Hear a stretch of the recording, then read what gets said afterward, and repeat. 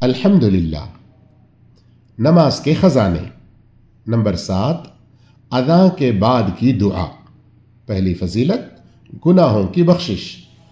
حضرت سعد بن ابی وقاص رضی اللہ تعالیٰ عنہ سے روایت ہے کہ رسول اللہ صلی اللہ علیہ وسلم نے فرمایا، جس نے مؤذن کی اذان سن کر یہ کہا، اشہد ان لا الہ الا اللہ وحدہ لا شریک لہ وان محمدا عبدہ ورسولہ رضیت باللہ ربا وبمحمد رسولا وبالاسلام دینا، تو اس کے گناہ بخش دیے گئے۔